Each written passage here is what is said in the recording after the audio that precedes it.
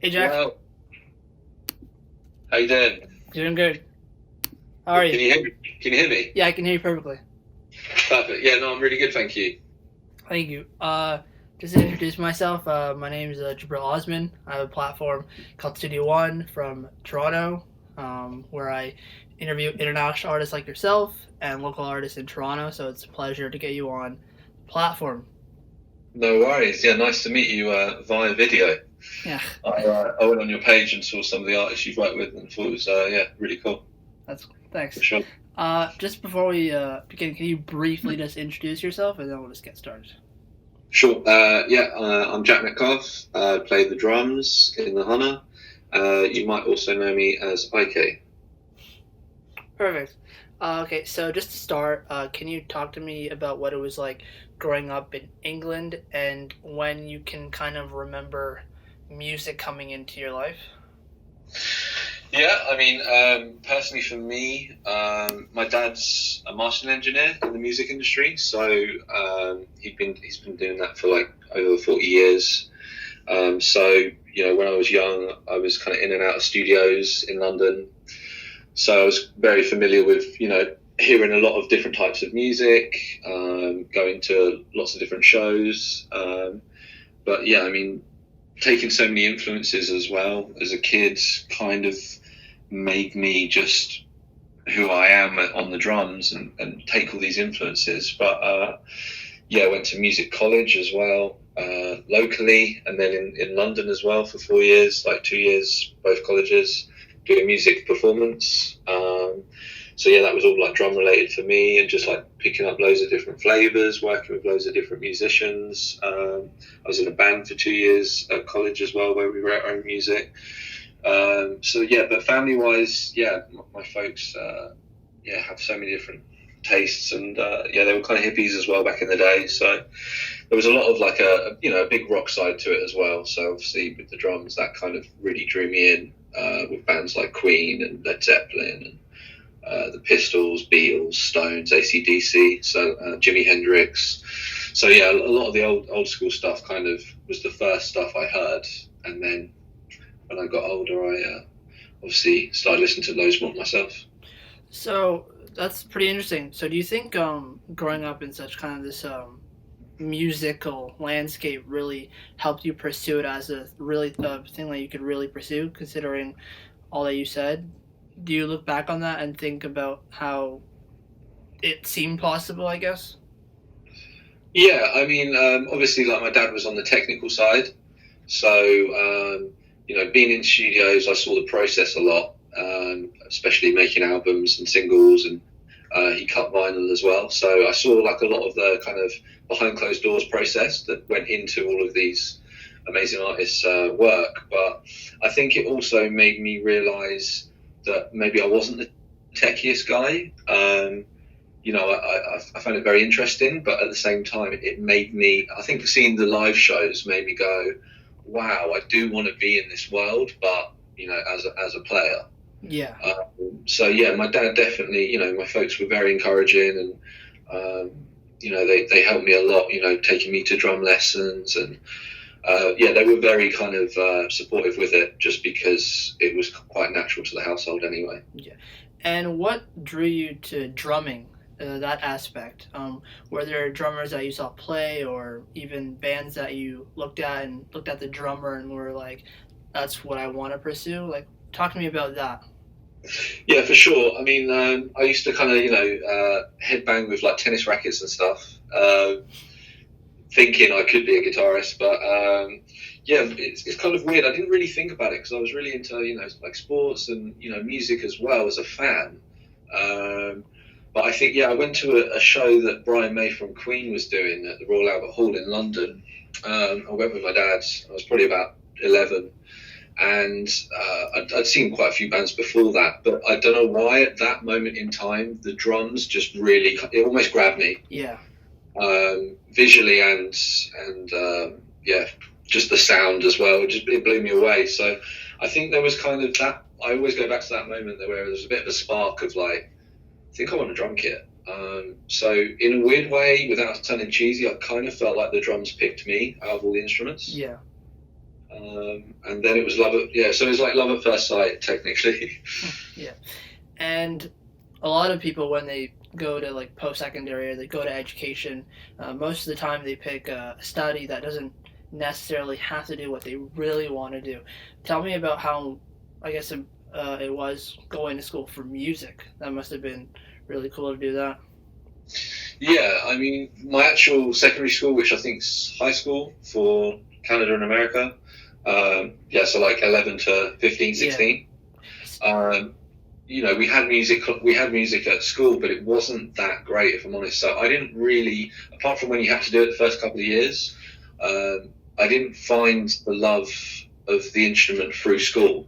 Yeah. It was when I left school, I'd already been in a band like that we did covers, and that's when I was like, what am I going to do? Because you're 16 years old and you either stay on and do your A-levels or you move on. Most people go to university, but when I found out there was a music course that I could do full time and get graded for, that was like a rock course, it was a no-brainer for me. So got into it, and as soon as I was there, it was there's just loads of different types of guys and girls that just love playing instruments, and I kind of felt at home just naturally, really quickly, that this is the right thing for me to do. So yeah. And going from being in other bands, talk to me about what it was like joining the Hunna and how you guys meshed together in the beginning. How were the early days? So like Dan and Ryan in the band both went to the same college I did, 5 years after me. So I'm 5 years older than the rest of the guys, but so we were all from the same area, but I heard of Dan and Ryan in their band called Alaska Campus, which was the original band name before the Hunna. And I was in a band that fell through, which happens. And instead of I think I must have been about 25, and I was working full time, and I was just like, I'm not going to give up just because this band's fallen through. Yeah. So just kind of went on the hunt locally online, came across them, and they were a 4-piece at the time, hit them up, and they mentioned that a couple of the guys in the band, well, one of the drummer himself was going to uni, and obviously they'd done the same college course, so they wanted to do it full time like me, not just a couple of years and then go and do a normal job. So hit them up, and we just had a jam in a small garage near one of their houses, and it just worked. Like we got on like we knew each other for a long time, and I think also there was a lot of similar influences as well, which is obviously super important. Yeah. So yeah, it was very natural. That's okay, and that's okay. And so very natural. And when you guys came together, talk to me about I guess the songwriting process in the beginning and crafting the debut album, in terms of just all, like you said, coming together and having like it all being natural. Talk to me about crafting that first album. Yeah, I mean we got signed, and then we decided to change the name. So me and Junate were playing with the guys under Alaska Campus for probably a year. And then when we got taken on and decided to change the name, obviously, first album, we had a small rehearsal studios in our local town. It was called Titan Studios, and we used to just go there all the time, jam ideas, get tight as a band. And obviously a lot of ideas came from that room with the first album. Certain things we had before that was with Alaska Campus that we kind of rewrote or freestyled different parts in the room. And Dan and Ryan had like lots of song ideas before that as well, lyrically and like guitar melodies that they brought, and then I kind of brought my drums to the table with it. So the first album was very kind of just no pressure of the music industry, just us wanting to rock out, and but at the same time we kind of had our eye on being commercial but still being raw and different. Yeah. And an interesting aspect to crafting an album and making music is as a band coming together and doing the instruments and being in the studio. For you, talk to me about what it's like crafting an album, like as a drummer from that perspective, coming into the studio, crafting songs. Does it differ in any way? Yeah, I mean, it's a total different ball game to playing live, because obviously you know your parts when you're playing live. Yeah. It's kind of from the ground up. I mean, there's lots of different ways of kind of tackling a song, but for me, it's more kind of just what feels right and complimenting the guys. I think that's what I learned at college as well, is when you're writing songs that, it's not about what you want, it's about what's best for the song and best for the band. So for me, and I think also just the years of experience of drumming and loving so many styles of hip hop and rock and metal, just blend it all into one and kind of let the song take me where I feels right. And then obviously once you've done a take, you kind of go back and go, what could be better, what could be less, you don't want to overdo it with the fills and stuff. So yeah. It's kind of a freestyle process. I kind of look at it. Yeah, and going to the performing aspect of being a band, talk to me about what it was like going on tours and festivals and doing these shows. Being from England, like going around the world and doing that. Tell me what it was like in the beginning, and I guess what's like a highlight, if you have one so far, of a big show that you kind of looked at yourself like, this is really happening. Yeah. I mean, we've been touring for about 5 years now, off mainly 2 albums. But the first tour we did, me and Junate drove in 2 cars the whole of the UK. So that was our first tour, which was, it's unheard of now in our situation to be doing that, because, we're just 4 guys jumping in 2 cars with loads of equipment and doing it ourselves. We were our manager, tour manager anyway. So things have changed a lot.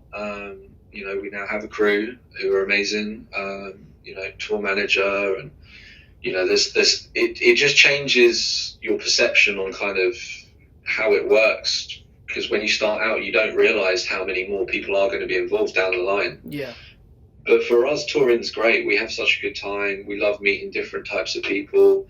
We love meeting fans from any country we go to. We get so much love wherever we go, and I think it's so nice because we like to give back and see the fans after the show, and I think that goes a long way with just kind of us as 4 guys really loving to do what we do. We wouldn't be doing it with all of this support from the fans, so they've kind of helped us progress and tour more because of the demand as well, so that's been amazing. Highlight wise, we've had some really cool shows over the last couple of years. Like playing over in America has been a dream for us. It's like being in the movie. It doesn't feel real. We've had some great shows in Nashville, Chicago, LA. You're from Toronto, right? Yeah. Yeah, we've played Toronto twice, so we love it up there as well. And Reading and Leeds is the highlight show-wise. We played main stage last year, and it was the biggest crowd we've played to in our lives. So it was pretty crazy. And on that note too, with doing all the shows and being around the world and things like that, can you talk to me about, I guess, from your perspective, what the growth has been from, I was going to say from album 2 and this upcoming album, but I guess just in general, how do you see from your perspective the growth of the band, especially with a forthcoming album coming out? Yeah, I think we're maturing as like people and musicians as well.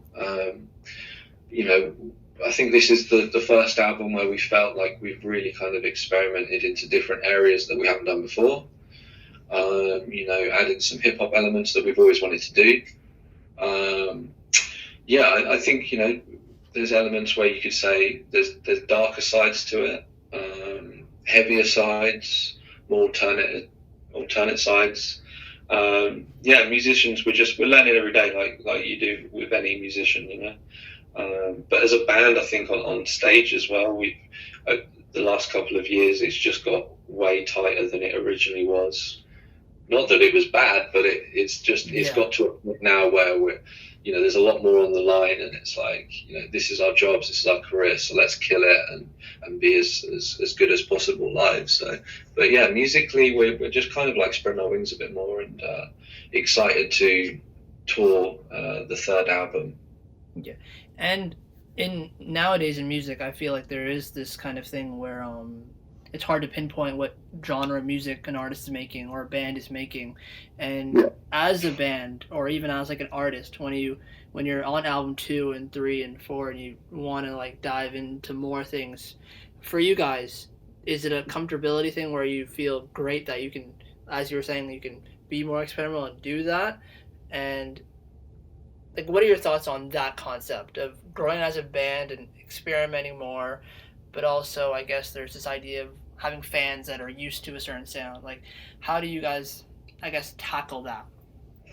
Yeah, it's a good question. I mean, we kind of, our outlook on it is like the best of both worlds. So, for example, our foundation, we're a rock band. So the last thing we're going to do is not be a rock band, and go completely different. But so that's our core, and I think if the extra stuff is more like to complement the rock and add little flavors on top. So that's kind of where we're at with it at the moment, in the sense of just trying different things out. But I think as well, like for me, like the best artists and bands in the world, evolve, and people like, for me, one of my favorite bands is Deftones. And they've always been a heavy rock band. Sometimes they've been called new metal, all that sorts. But at the same time, their sounds evolved, and they're always current. And I think that's key for us. Is like, you also got to be aware of what's going on around you in the current times. Obviously, right now is a really crazy current time. So it's kind of like taking real life experiences, but mixing it with what we think's cool as well at the time. Yeah, I was going to touch upon this after we discussed the single Cover You, but on the note of it being crazy times, I know you have an upcoming single that you're releasing a few weeks from now. Can you speak on Dark Times and how you guys have been, I guess, handling the virus and staying creative and things like that? Can you talk to me from your perspective? Yeah, for sure. I mean, it's obviously been hard for everyone, come out of nowhere technically. But yeah, I mean, we were going to be releasing music regardless of the situation. And Dark Times just seems to be very fitting for what's going on. So it's kind of a meant to be situation as a single. And we were excited for it to be released. And, it obviously doesn't just reflect the coronavirus, but it can relate to, I think, everyone in different ways. Everyone's had, to have good times, you've got to have bad times as well. So there's many different ways of taking Dark Times as a single, how it can relate to yourself or a friend or a family member. So it's quite a powerful message, and we're excited to get that across. But and we're just trying to keep as busy as possible. Obviously, social media is the biggest outlet, as you know. We've been doing covers here and there, doing quizzes, Q&As. We're going to be doing some Twitch with like PlayStation and stuff, and obviously interviews and video calls. So anything we can do to just like keep things ticking over. But obviously, it's tough being in a band knowing that you want to get out there. But obviously, right now it's just, it's too sketchy, but we're hoping that it passes sooner than later, for sure. And going back to the idea of doing touring for all of these years and evolving as a band, given this time right now, have you guys over the years allowed yourselves to kind of just recognize what is going on and all the growth, and I guess being proud of yourselves, I guess, or do you guys always see yourselves pushing forward? Like, what has sitting down and kind of collecting your thoughts been for you guys, I guess? It's a weird one. I mean, even being at home all the time, we are constantly looking forward and constantly working on the future. And like you said, like the Dark Time single and the album and artwork and merch. So we don't, even when you've got a lot of time, I personally don't tend to sit back and reminisce too much, just because I don't think we've even really fully started the journey. But at the same time, there are flashes where I'll be like, wow, like you'll see a video of an old school gig and be like, wow, that was that was a sick gig. Like, there was a lot of people there, and there is times where you have to pinch yourself and be like, wow, like, our fan base is growing really quickly, and everyone's come. I think the biggest one, like, looking backwise, is actually when you jump on stage and go, wow, like, didn't think this many people would show. So there are moments where you reflect, for sure. But for us, we're very hungry, so I think looking forward is like the main focus. Yeah.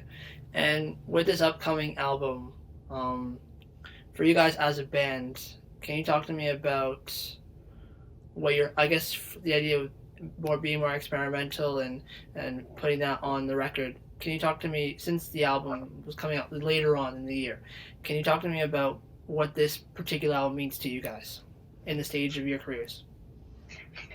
I mean, it's quite a pivotal point because we've gone through a lot over the last couple of years, and obviously with did the first 2 albums, and we've moved on to new management.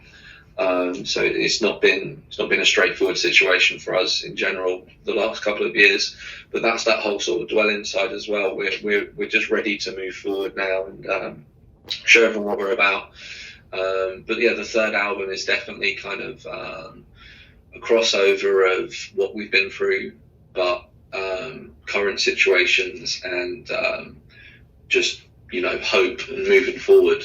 And something to look forward to. So, I mean, there's a lot of different messages within the album, but to sum it up, it's like we're just ready to go and spread positivity and rock out harder than ever.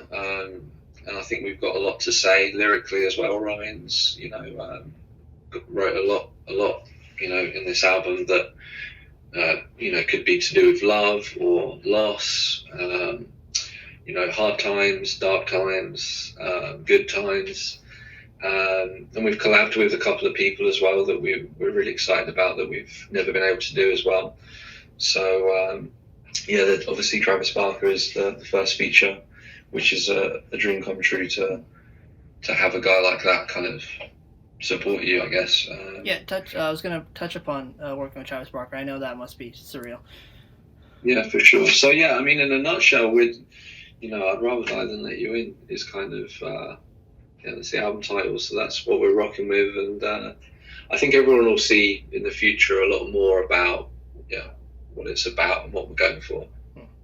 And usually on a final note, when I talk to a band or an artist, I usually say, what's the rest of the year looking like for you guys, whether it's concerts or shows and things like that. But given the coronavirus, it's a different type of reality that we're living in. So, as a final question for you, starting your career and being a drummer, what is something you've learned along the way that you would have wished you'd known in the beginning from what you learn now, in encapsulating things in this very moment? On the drums, or just in the music industry? So just in the way, maybe in the drums or maybe in the music industry. What's something you've really held on to, like I wish, or like I really learned something throughout this journey that I didn't know in the beginning? It's put me on the spot, that one.